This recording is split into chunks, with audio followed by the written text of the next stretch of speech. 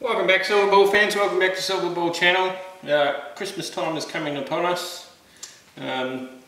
Although it is a pagan festival here in Australia, it's a great time of year to.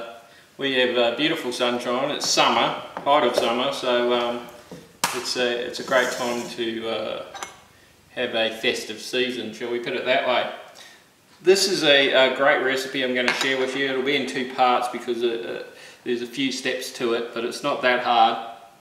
It comes from my great granny, who was a wonderful lady and just knew how to cook, something that we don't have in this day and age where we have, you know, instant meals, TV dinners and all the rest. When you went and visited her, there was morning tea, there was lunch, there was afternoon tea, there was, you know, there was more food than you could possibly eat. She knew how to feed her husband and children who were farmers, and just wonderful. Alright, what you're going to need for this, you're going to need milk, you're going to need bread, I'll explain that later. You're going to need sago or tapioca, you're going to need 3 eggs, butter, sultanas, raisins, sugar, peel, chopped almonds or walnuts, I put in a bit of both, allspice or cinnamon or both, and 3 teaspoons of bicarb soda. Quite an easy recipe, makes a really great Christmas pudding.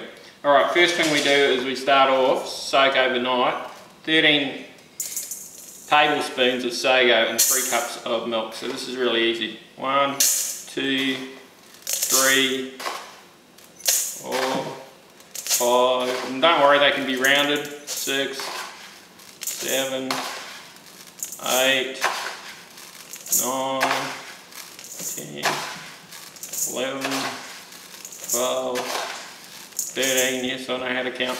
Good thing about sago is it keeps forever. You just seal it away from the air and it's, you know, it's hard stuff. Put this in the fridge, you obviously don't want it to go off, so.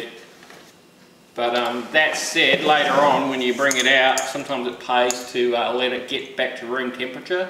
Don't just leave it in the fridge because it won't swell up as much as you want it to.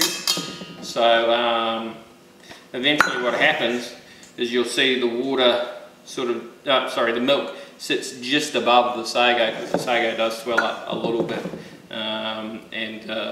When you bring it out of the fridge, leave it for half an hour to an hour. Not depending how hot it is, obviously. If it's too hot, don't leave it too long, you don't want it to turn. But you do want it to get to room temperature so that the sago activates properly. Alright, so we want 3 cupfuls of milk. 1,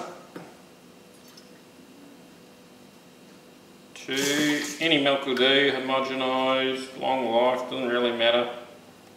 Alright, 3.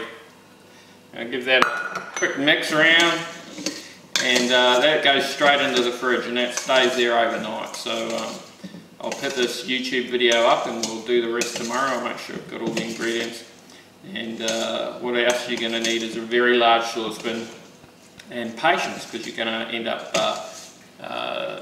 cooking this Christmas pudding on the stove as a steam pudding for about 3 or more hours, okay? So you can also add other things that you want. If you want plum as a base, we'll add some plum jam, but you could as well have apricots, peaches, whatever you particularly like. And if you're really keen when you serve it, you can even pour a bit of rum on it and set it alight, and it's wonderful with custard. But we'll have a look at that all later. That's me out for now. Silver Ball channel, trying to share some great recipes.